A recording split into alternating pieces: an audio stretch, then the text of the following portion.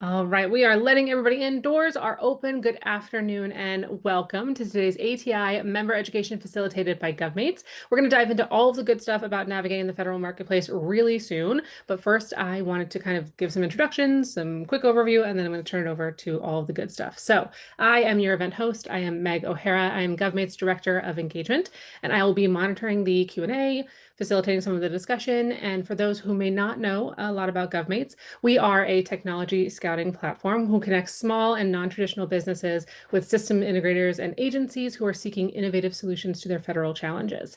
We provide matchmaking, education like this, resources, and more for ATI and for our ecosystem. So I'm going to provide a few participation reminders to get us kicked off here if this is the first time you're joining us. So first things first is remove those distractions. We're going to keep this to about an hour. So if you need an excuse to silence your cell phone or stay out of your email, this is it. It's also just about lunchtime for many people, so it's a good time to lunch and learn as well. We encourage you to be active in the chat. You should see a Q&A at the bottom as well as a chat box on the bottom right of the screen. If you give that chat box a test run, it'll let me know that you can actually hear us and that you can see the screen and all sorts of stuff like that. Make sure you choose panelists and attendees if you can when you go to use that chat box so that we can actually see what you're saying. And if you just want to say hello so I know you can see and hear me, that is great. And then we will also be taking audience questions after the discussion here. So if something is relevant to the group at large, we'll be sure to touch on it. If your question is a little bit more nuanced and needs a little bit more detail, we'd be happy to provide a way for you to connect with our presenter for a more in-depth discussion after the presentation. Perfect. I see people can see, I see they can hear. Perfect. Thank you so much for doing that. And then finally, we are recording today's discussion. So once that's processed and posted, if you would like a copy and you haven't found it in your inbox in about 24 hours, all you have to do is reach out to ati@govmates.com and we'll make sure that you get a copy of that sent to you. This is where I get to introduce today's presenter. We have a good GovMates friend, Tatum Fisher from Procurement Sciences, joining us today. So Tatum, would you do me the favor of Yep. telling me a little bit about who you are and what Procurement Sciences does to support the industry? Yeah, absolutely. So thank you for having me today. Again, my name is Tatum Fisher, and I am a customer success manager at Procurement Sciences. My background is in federal proposal development. I've had the opportunity to work with both small and large prime businesses. I'm passionate about demystifying government procurement processes and teaching you how to make those tools accessible. Perfect. We need all of that. So we're very glad you're here. And I Awesome. always feel that Well, it's lucky that people see you kind of live and in person because it's always nice to be able to ask those questions as they come up and to get information from a subject matter expert such as yourself. So thank you. And I'm going to actually turn it right back over to you for today's presentation. Don't forget to put questions in the Q&A so we don't miss them. And Tatum, the floor is yours. absolutely. So I'm going to go ahead and kill my camera and see that QR code available for you guys if you need it. So again, I'm excited to walk you through today's session and give you a practical roadmap to winning federal contracts. Let's take a moment to introduce who we are. So Procurement Sciences is the team behind Awarded AI, which is our flagship industry-leading generative AI platform that is purpose-built for government contractors. Awarded AI is designed to help GovCon teams not only find the right opportunities, but also win them, and most importantly, deliver on those contracts successfully. We support your entire procurement lifecycle with smart, scalable tools. And we're not just a new player in the space, our platform is already trusted by hundreds of federal contractors of all sizes. We're here to transform the way businesses find, win, and deliver government contracts with AI. Here's what we'll be covering today. First, we'll start with a look at what federal contracting looks like. Next, we'll walk through the tools and platforms you can use to find contract opportunities, from public sources like SAM.gov to newer AI-driven platforms like Awarded AI. Then, we'll break down how to assess and respond to solicitations. And finally, we'll wrap up with some tips, tricks, and common pitfalls to avoid so you can leave today with actionable takeaways you can apply right away. So before we dive in, we'd love to get a quick sense of the room. If you would take a moment to answer this quick poll, what is your current level of experience with government contracting? Are you just a beginner, so just starting to explore? Are you at intermediate level, maybe a few proposals under your belt, or would you say that you're experienced? Go ahead and choose the option that best fits you, and this will help tailor our insights throughout the session.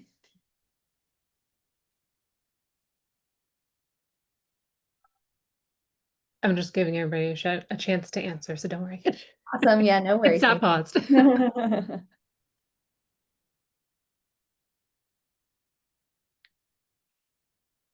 And do you think we can make those live or I'm no? going to go ahead and hit this and see if it will make it live. We've got about 75% of people in the audience today have answered, which we absolutely appreciate. Awesome. And just in case, I'm going to keep this so that it doesn't disappear on me. There we go. Are you able to see that? Okay. Yeah, awesome. Perfect. So we have experience levels of all levels. So great to see. Just beginners, lots of great stuff to go over for everyone. So I appreciate you guys filling that out. I'm going to go ahead and close the slide on my screen. Great. So let's start with the big picture. Federal contracting is constantly evolving, and understanding where it stands today is key to positioning yourself for success.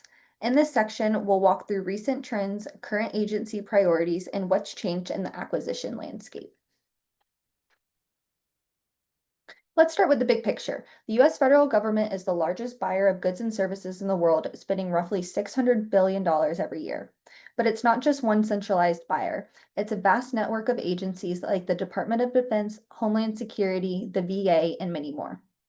To manage this complex ecosystem, the government follows the Federal Acquisition Regulation, or FAR. The FAR sets the standards for how federal contracts are issued, managed, and monitored. While you don't need to memorize it, understanding the structure and how it shapes the buying process is critical. There's also a wide variety of contract types like firm fixed price and IDIQs. Layered on top of this, AI is changing the game, making it easier to navigate these complexities, uncover opportunities, and sharpen your strategy. So yes, it is a massive system with lots of lanes and rules, but if you learn how to move through it, there's tremendous opportunity. Now that we understand who the buyers are, let's talk about how the government actually buys. There are a few main pathways. First, there's an open market primarily through SAM.gov. This is where the federal government posts active solicitations. It's essentially their help wanted board for goods and services. Second, we have contract vehicles like the GSA schedule and NASA SOUP. These are pre-approved acquisition channels that agencies use to streamline the buying process. If you're on one of these vehicles, it can give you a competitive edge, especially for recurring or high-value opportunities. Then we have set-aside programs, which reserve certain contracts for small businesses and disadvantaged groups. If you qualify, these programs can open doors to direct contract awards and lower competition. Speaking of awards, contracts can be issued through direct awards, which are often relationship-driven, or competitive bids, which require a formal proposal process. And here's where AI really makes an impact. Instead of manually sifting through thousands of listings, AI tools can quickly filter and prioritize opportunities based on your company profile, contract type, and eligibility, saving you time and helping you focus where you're most likely to win. Now that we've covered the landscape and the buying methods, let's walk us through a step-by-step guide to getting started in federal contracting. Let's start with the foundation, getting registered in SAM.gov. This is your gateway to government contracting. You'll need to get your unique entity ID, a cage code, and define your NAICS and PCS codes. These identifiers tell the government what your business does and make you eligible to bid. Once you're in the system, it's time to define who you are. That's where your capability statement comes in. Think of it as your government resume. It should clearly explain what you offer, include any past performance, and highlight what sets you apart from the competition. Now that you have established your identity, let's make sure people can find you. A strong online presence is key. Complete your DSBS profile. This is what government buyers and primes use to search for small businesses. It's also smart to register with sites like FPDS and SBA to increase your visibility.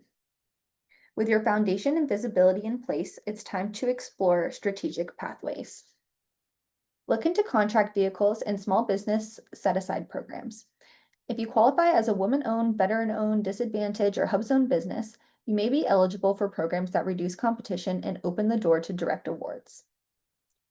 Getting on vehicles like the GSA schedule or NASA SOUP can also streamline the buying process.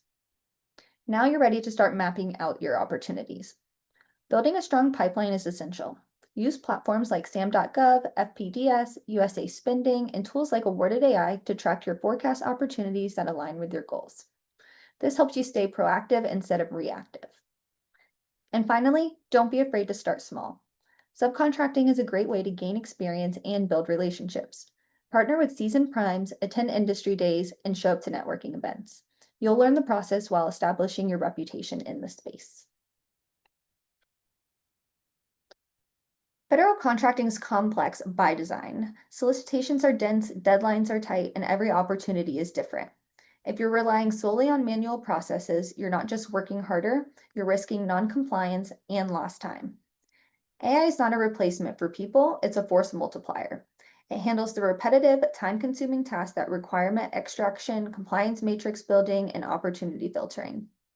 That frees up your team to focus on what matters most: strategy, relationship building, and writing compelling content. The competitive landscape is shifting. Primes and small businesses alike are adopting AI to improve efficiency and increase win rates. Not leveraging it means falling behind. Speed and accuracy are everything.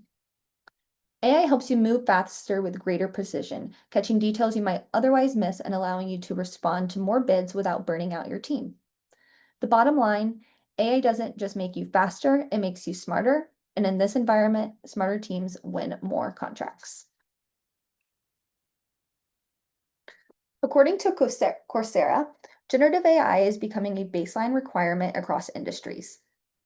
It's not just about knowing what AI is, it's about learning how to use it to boost productivity, build smarter workflows, and even shape your business model.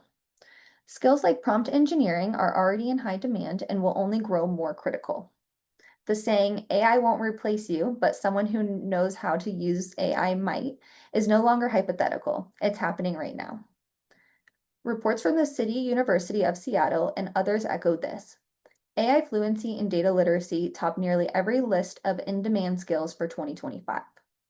And with 72% of organizations already using AI for at least one core business function, this shift is already well underway. Bottom line, if you want to stay relevant, competitive, and future ready, learning how to use AI tools isn't optional anymore. It's essential. Now that we've covered the landscape, let's talk about how to actually find opportunities. There are more tools now than ever, from traditional platforms like SAM.gov to modern AI-powered solutions like Awarded AI. We'll walk through what's available, how to navigate them, and where to spend your time to find opportunities that match your capabilities and increase your win rate. A great place to start is SAM.gov. This is the federal government's main portal for active solicitations, forecast, and updates. But don't just look at what's already posted. Go deeper. Make sure you're also tracking agency procurement forecast. These forecasts can help you anticipate future contracting needs before they hit SAM.gov, giving you time to prepare and position your business. There are also several data platforms that can give you a competitive edge. The Federal Procurement Data System is great for analyzing historical awards to see who's buying what and from whom. USA Spending.gov helps you track federal funding trends and see how money is flowing across agencies and programs. And Awarded AI is an AI-powered platform that makes it easier to filter through opportunities, score relevance, and focus on what's actually winnable based on your profile. In addition to these tools, don't overlook the free resources available to you. PTAX and APAX accelerators offer hands-on help with registration, bidding, and marketing. The dynamic small business search is where agencies and large primes go to find small businesses, so make sure your profile is up to date. OSDBUs are the small business offices inside each agency.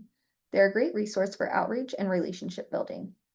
And finally, Veteran Business Outreach Centers specifically support better-known small businesses with training and guidance. By combining these tools and resources, you'll not only find more opportunities, you'll find the right ones. So let's face it, finding the right federal opportunities can feel like searching for a needle in a haystack. Without AI, most businesses are stuck doing manual keyword searches on SAM.gov, hoping to match the right terms. It's easy to miss key opportunities if the language doesn't align exactly with your business. and we're trying to track agency forecast, award history, and buyer behavior across multiple platforms, it quickly becomes overwhelming. That's where AI changes the game. Instead of relying on basic keyword filters, AI tools look at the context, matching solicitations to your past performance, core capabilities, and even the scope of your previous work. These tools score and prioritize opportunities so you can focus on your time and resources where you're most likely to win. They can also continuously scan data platforms like FPDS and USAspending.gov, helping you stay ahead of the trends in buyer behavior. So instead of chasing everything, AI helps you chase the right things and do it faster. So let's do another quick pulse check before we dive into the tools and platforms. So poll number 2 is going to be, have you used AI in any part of the federal contracting process? So that could be for finding opportunities, drafting proposal content, compliance checks, market research, really anything at all. Some of you may have tried ChatGPT or used platforms like Awarded AI or experimented with automation in your pipeline. So if you don't mind, take a moment to respond, and this will help us understand how familiar you are with the AI tools in this space and where we can go deeper into the discussion. If you would like more information specifically on Awarded AI, feel free to scan my little QR code as my profile picture. All right, I'm going to go ahead and make the results live now. Awesome. And we did have a question that came in about, will we be sharing the slides along with the recording? And the answer is yes, just in case anybody didn't see that. Perfect. I did not see, oh, there's the poll results. Awesome. So we have about 50-50, a little bit more no's than yeses. So we will cover some other tools as well. It's always great if you are interested. I do recommend, again, scanning that QR code, learning more about Awarded AI and other tools in the space to help you automate this process. So now let's walk through how AI can help you find federal contracts faster and more strategically, regardless of the platform that you're using. So the first major benefit is semantic search. AI goes beyond keywords to understand the context of what you're offering. So even if the solicitation uses different terminology than what you've typed in, it can still identify a strong match. Next is relevance scoring. This capability ranks opportunities based on how well they align with your company, factoring in your NAICS codes, past performances, and core capabilities. It lets you focus on what's actually worth pursuing. Forecast monitoring is another feature. AI tools can track procurement forecast across agencies so you know what's coming and can start positioning your team earlier. You also get real-time alerts, so you're notified the moment an opportunity drop that matches your criteria. And importantly, AI helps cut through the noise.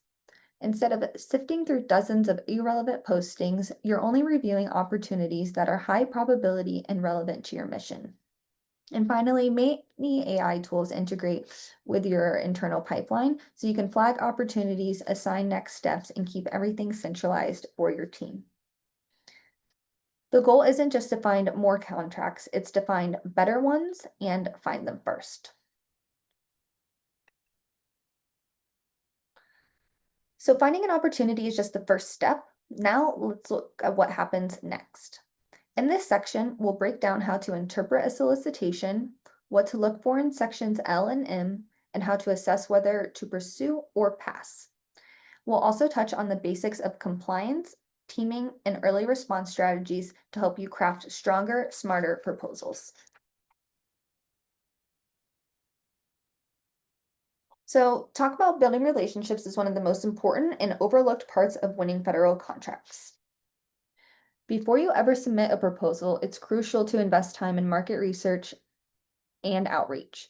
This means identifying the agencies that buy what you sell, understanding their mission, and learning their procurement patterns. From there, reach out to key contacts like OSDBUs, TPOCs, and program managers. These are the people who can offer insights into upcoming opportunities and help you position your business effectively. And what is one of the best ways to meet them? Industries, days, matchmaking events, and conferences. These aren't just networking events, they're strategic touch points that allow you to get in front of decision makers and primes looking for partners. Speaking of primes, don't underestimate the power of subcontracting. Developing relationships with established contractors can help you get your foot in the door, especially if you're newer to the federal space or building past performance. And finally, this is another area where AI can help. Tools like Awarded AI can highlight key agency contracts, analyze award trends, and help you prioritize outreach based on actual spending behavior. So you're not just casting a wide net, you're making targeted high-value connections. Building relationships isn't just a soft skill, it's a strategic advantage. So once you've identified an opportunity that fits, the next step is learning how to respond effectively to solicitations. Start by understanding the key components of an RFP. These typically include the statement of work, or SAL, the performance work statement, PWS, and the evaluation criteria. These sections define what the agency wants, how they'll measure you, and what you need to deliver. Before you write a single word, read the entire solicitation 3 times. Once for general understanding, a second time for structure and requirements, and a third time for details and red flags. This might sound excessive, but trust me, it helps prevent costly mistakes. Next, compliance is critical. You need to respond to everything the agency asks for. That means staying organized, and one of the best tools for this is a compliance matrix, which is a document that maps every requirement to your response. Pair that with color team reviews, blue team for strategy, pink for readability, red for technical accuracy, and you'll significantly improve proposal quality. When it comes to pricing, think beyond the numbers. Consider how you can add value, manage risk, and still stay competitive. Agencies aren't always looking for the lowest bid. They want the best overall value. And this is where AI can give you a major edge. Tools like Awarded AI can extract and organize requirements, build your compliance matrix automatically, and even flag areas where you're missing key content or not aligning with the evaluation criteria. It's all about being compliant, responsive, and compelling, and using every tool available to do it more efficiently.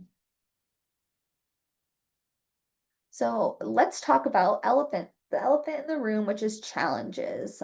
We always know that federal contracting isn't easy, and there are a lot of moving parts and a lot of acronyms and a lot of hoops to jump through. So for poll number 3, we want to hear from you. What is your biggest challenge in pursuing federal contracts? So we have understanding compliance requirements, finding the right opportunities, building a proposal team, teaming or partnerships, or just figuring out where to start.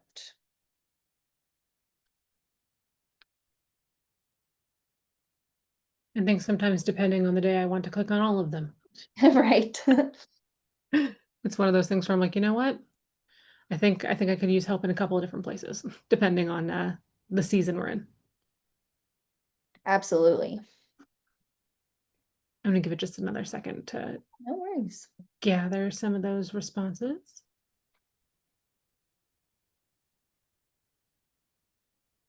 All right, I'm gonna go ahead and hit it live so we can share results here. Awesome. So I see we have the most trouble with finding the right opportunity. So this is a great place where, AI can take over that capture manager type of role. We do recommend, human in the loop. So having someone review those opportunities. But again, great resource. Again, I see that we have compliance matrices and teaming and partnerships. So I'm really glad that we will cover all of these in the next few sections. Thank you, Meg. So, as the federal marketplace grows more competitive and data heavy, AI has become an incredibly valuable tool for contractors who want to stay ahead. AI allows you to rapidly analyze RFPs, RFIs, and sources sought notices, cutting down the time it takes to understand what the government is really asking for. Instead of spending hours parsing through documents, you can surface requirements, evaluation factors, and key deadlines in minutes.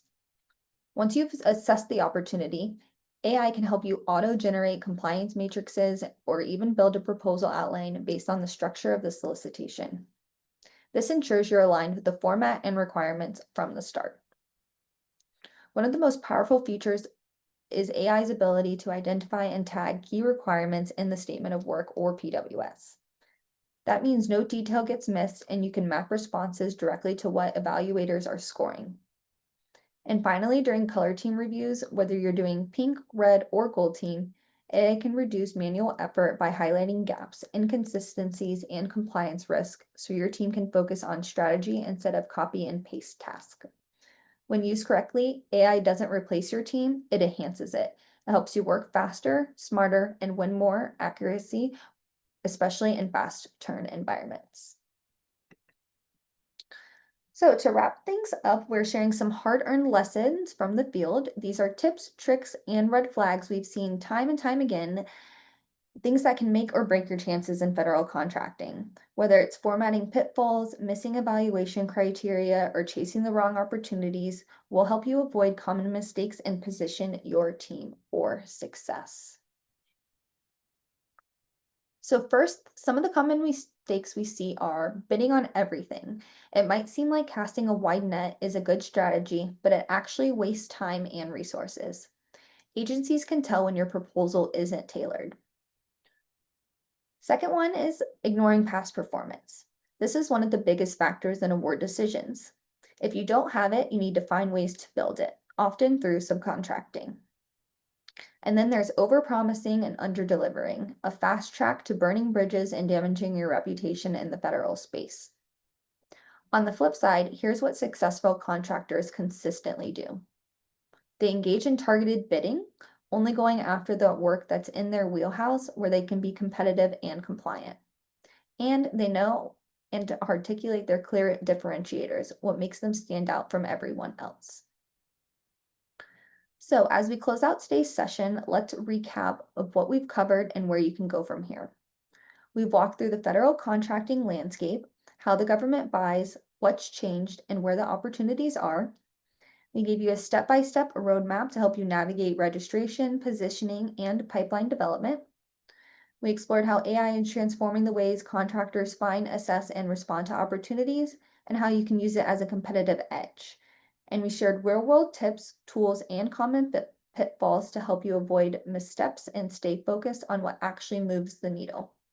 So whether you're brand new or looking to sharpen your edge, here's the bottom line. Start small, but start smart. Focus where you're strong. Build relationships that last, and use technology to move faster and win more. And most importantly, you don't have to do this alone. At Procurement Sciences, we're here to help you simplify the process, adopt AI with confidence, and win more contracts without burning out your team. If you're ready to take the next step, we'll be happy to schedule a follow-up, walk you through a personalized demo, or just answer some of your questions. So thank you so much for joining us today, and we look forward to supporting your journey in the federal marketplace. Now we will take some questions. We will. I'm actually going to pop my video back on real quick Awesome. while we take some questions. If anybody has questions, put those in the Q&A so we can make sure to jump down on those, and you can get into any of the spaces that we kind of talked over today. Tatum, thank you very much for sharing with all of us. I do have a couple things that came in, one being, if you're ready, Yep. when we're talking about awarded AI, who does that benefit most? Is there a size? Is there a type of company? Who is it that's going to have the most benefit from using that service or that software? Yeah, so a wide range of users in the federal contracting space. It really just depends on what your goals are. So small to mid-sized businesses that are scaling their federal pipeline and want to compete more efficiently and effectively. We have proposal and capture teams. We have people from HR teams, PMO and delivery teams, large primes that need to handle high volume bids and automate compliance checks. So it really just depends, but we help you save time, improve compliance, and increase your overall win rate. I appreciate the note about compliance. One of the things that does come up when we talk about that is sensitive contracting data. How Yeah. does the tool store and process that kind of stuff? Is there something special that it does, or some way that it helps us to do that so that we can just be sure that we're following all the rules?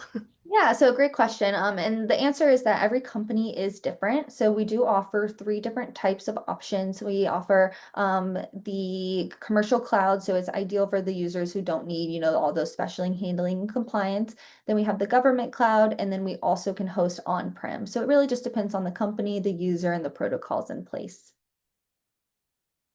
Perfect. And then we talked a little bit about like getting, because we said that some of our attendees today were pretty new to things. Sam, getting registered on SAM.gov is a big deal, right? Getting in there and making sure that you have all the access to the things that you need. How long does it typically take to get registered there and to start? We usually typically like to say 7 to 30 days or so. You do need a UEI, so that unique entity ID and cage code to get started with federal contracting. So about 7 to 30 days. And I will say that most of the acronyms here I have to say very slowly because they are all multisyllabic. Oh yeah, and then you get all the consonants together, and that's what I can't say quickly. Oh, definitely 100% in there. And when you do, get on SAM.gov and you've started looking into things, there are plenty of tools available to you to, kind of comb through some of those things. And then you also have, for those of you who are not GovMates members yet, you also have GovMates as a resource, which is just, it takes less than 7 to 30 days. It takes 15 minutes to get your GovMates profile set up, just in case you haven't done that yet. And that lets you be eligible for any of our networking events, any of the matchmaking. And if, let's say, somebody from Northrop or Leidos or something like that comes in and says, hey, I'm looking for a teaming partner that has these set asides and this past performance and these solutions, just being a part of that membership actually will help you to be eligible to be matched for searches that come in and on any given day. So just another tool that works there. Other things, sometimes we get into NAICS roulette, I like to say, where we just kind of pick everything, right? And you get to the website and it has 800 NAICS codes, and you're like, I have no idea what you actually do.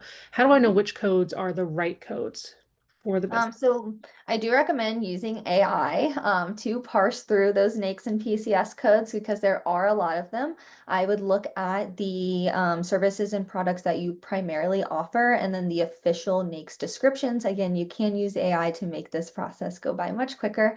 And then I would analyze competitors' info or companies close to your company to see what NAICS codes that they offer and that they have on their profiles or websites and align yourselves with that as long with the agency's objectives and missions. So if you look and see that they are, looking for certain companies with NAICS codes or the past contracts awards have certain NAICS codes, I would make sure that you include those as long as they align with your company's missions and objectives.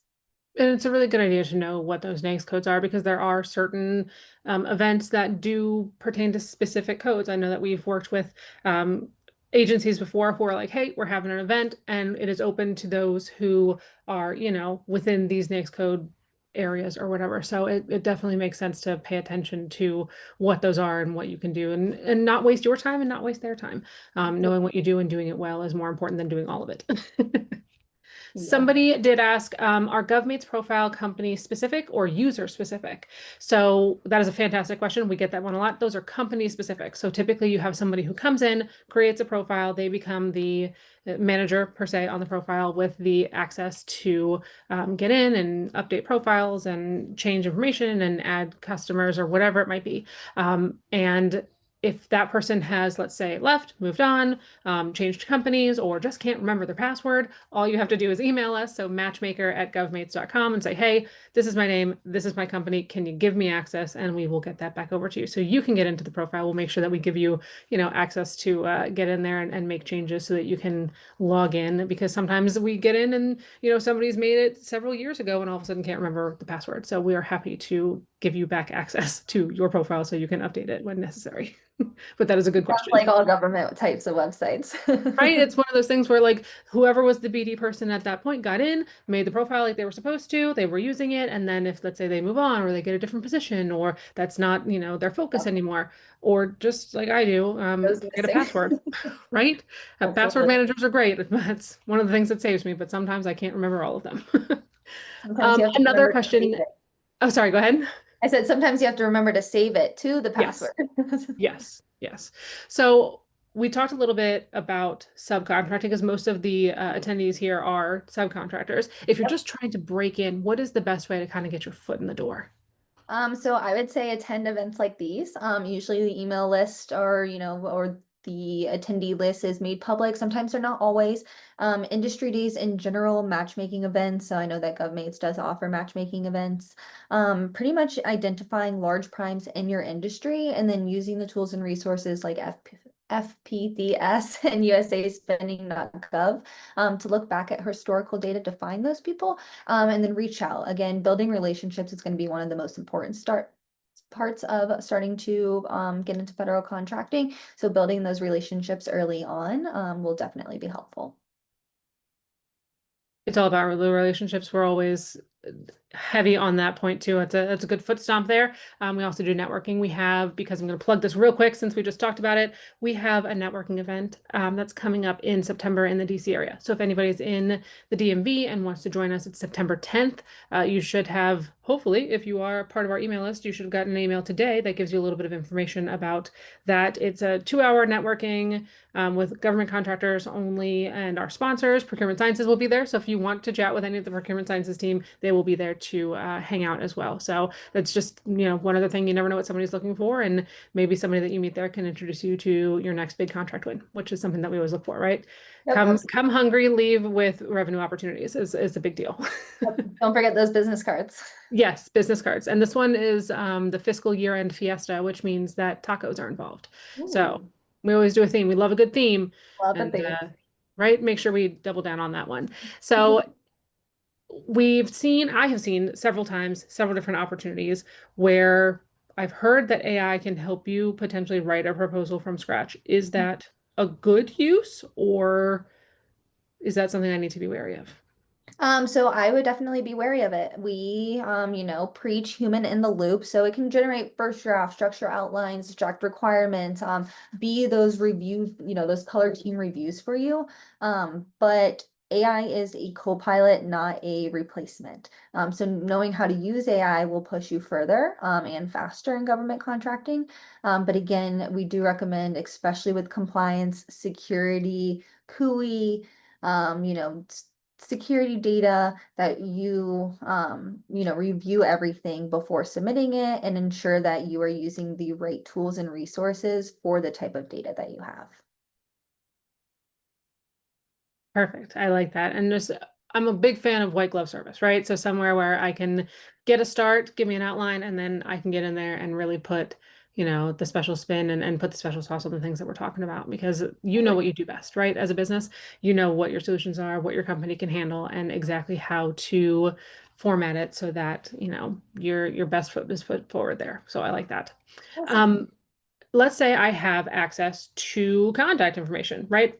For an important, you know, person in a space, an Oz taboo of some sort. What is the best way to approach them? Am I just emailing them like a video link? Am I saying I want to call? Am I showing up at their door with flowers? Like, what am I doing? Yeah, so I would send your capability statement. So as I mentioned before, it's going to be kind of your government resume. So after you're all set up in SAM.gov, you have those cage codes, you've selected those NAICS codes, you'll create a capability statement. There's tons of examples. Again, you can use AI to generate this type of thing. And then I would send a short, concise email with basically your mission, who you are, and attach your capability statement to that TPOC, so technical point of contact, or program manager for the opportunity or agency that you're looking to work with. And then that can give them all the information that they need on their end to, kind of do their deep dive on you to see if, they want to work with you, if there's anything that you can provide them of service. And I do know there are specific time restraints where they can and cannot sometimes get in and have conversations with you, right? There's certain like, They're usually posted in the solicitation. yes. So I would want to say it's within 30 days of it being due for most of the BAAs I've worked with. You can't ask questions, within the certain time frame, but before then, I definitely recommend that you ask all of the questions and meet with them, so they do know who you are and what company you work for.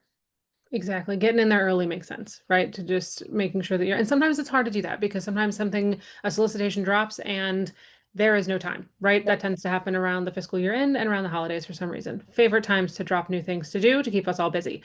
But absolutely. with outside of that, if you're doing, working on your pipeline hard, you're talking to other people, you have relationships with some of, either agency individuals or larger system integrators who know what's coming down the pike, getting in and having those conversations, keeping top of mind, even if you might not have something right then that's going to be, you know, pertinent, having the conversation about the art of possible and where we could go with something keeps you top of mind and allows you to kind of get your foot in the door more often.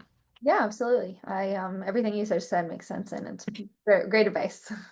It's just something that we've talked to a lot of small businesses. And so sometimes we like to see like, hey, we see you guys are winning a lot. What are you doing? We'd love to share Exactly. it. Yeah. Without telling them exactly how to make the sausage, right? When I am reaching out either to potential teammates, team members, or as a subcontractor, how can I stand out? What makes me different? Because a lot of us do the same things, right? We have a lot of the same capabilities. What is it that's going to set me apart other than price? Yeah. I definitely think tailoring your message to the mission and objectives that you want to go after. So, referencing their mission, the specific opportunity.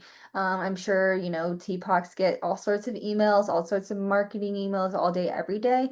But, allowing you to keep it short, focus on their needs and your capabilities, like how you can solve their problem. I would, respond to that email just as like as you would want someone to address your problem with a solution. Keep it short and simple and let them know how you can help. It's like the I'm gonna date myself here, the 6 degrees of Kevin Bacon, that whole movie. Yeah. It's the 6 degrees of government contracting, right? Everybody knows somebody who knows somebody. So be really careful about the way that you're interacting with others and making sure you're doing it at a level that you will be proud of no matter where it comes back to you. Because, Absolutely. sometimes it matters. You never know who knows somebody you know. Yeah, exactly. Especially in I this. Exactly. I do have a couple more questions. Did want to make sure that if anybody has something else that they wanted to ask, they drop it into the Q&A real quick before I ask the remaining ones that I have. Um, just wanted to give that kind of shout out before we start wrapping that up.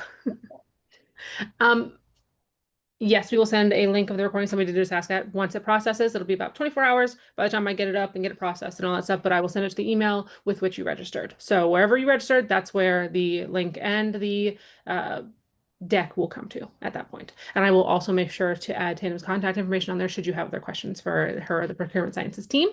Um, we hear all of the time that AI can help us win more contracts. Is that actually true? And I know you might be a little bit biased, but is it true? In my professional opinion, AI saves time, reduces errors, and improves compliance. So allowing your team to respond to more bids at a higher quality wins more contracts. So the most successful GovCon firms are already using AI and they're using it strategically. So yes, overall, I don't think it's just hype. I think it, really does increase teams' efficiency and productivity, as well as, do those compliance checks and make sure you are making the mark on everything. And it's okay that I don't create, own, and maintain the AI on my own. I can use a tool that's already created for that. It's not Yeah. going to cause any Yes, issues. absolutely. I would Okay. definitely make sure that every company does their research into which tool, complies with their requirements. Again, awarded AI does definitely meet some of those, stricter requirements. So use the QR code on the next screen when we show it, but overall, yes, there are a wide variety. And I know there are several automation tools. Mhm. What is the difference between awarded AI? I'm going to ask you about that one specifically because I assume you have the most experience with it. What is the difference between that one and some of the other ones that we're seeing out on the market? Yeah, so Awarded AI was built for GovCon specifically. So, ChatGPT is a great large language model, but it doesn't know everything about GovCon. So our Awarded AI system integrates the sourcing, the analysis, the response drafting, and smart features like the compliance matrices and win theme generations. So, it goes deeper into the government contracting and not so surface level. So it's really, all in one platform for government contractors. Perfect. And I always feel a little bit weird about putting any information that I don't want on the side of a bus into ChatGPT. So Exactly. I feel like it might be a little bit more safe to do it in Yes, a way very much where, so. somebody's kind of following the compliance rules that are in there. Yep, So absolutely. I did want to give you again a very big thank you to you, the Procurement Sciences team, as well as everybody who was in the audience for joining us today. So you can make sure that you connect with all of us on LinkedIn. You can follow GovMates. You can make sure you're following the ATI page. Make sure you're following the Procurement Sciences team. Like follow all of the things because we're all sharing information that you're going to need to know. And just make sure that you're staying in touch with all of us. If you find that you took some time to ruminate on the content today and you're like, I have a question I forgot to ask, make sure that you let us know. Like I said, you'll get an email that has the replay and the deck, as well as my information and Tatum's information. So if there's anything that you have question-wise that comes up post-event, we would be happy to answer, or at least direct you to somebody who has the smartest answer for you. And again, we hope you have a great week. Thank you for being here, and we look forward to seeing you either in person or at one of our upcoming online events. So thank you everybody for being here, and we'll see you later. Thank you, everyone. Have a good one.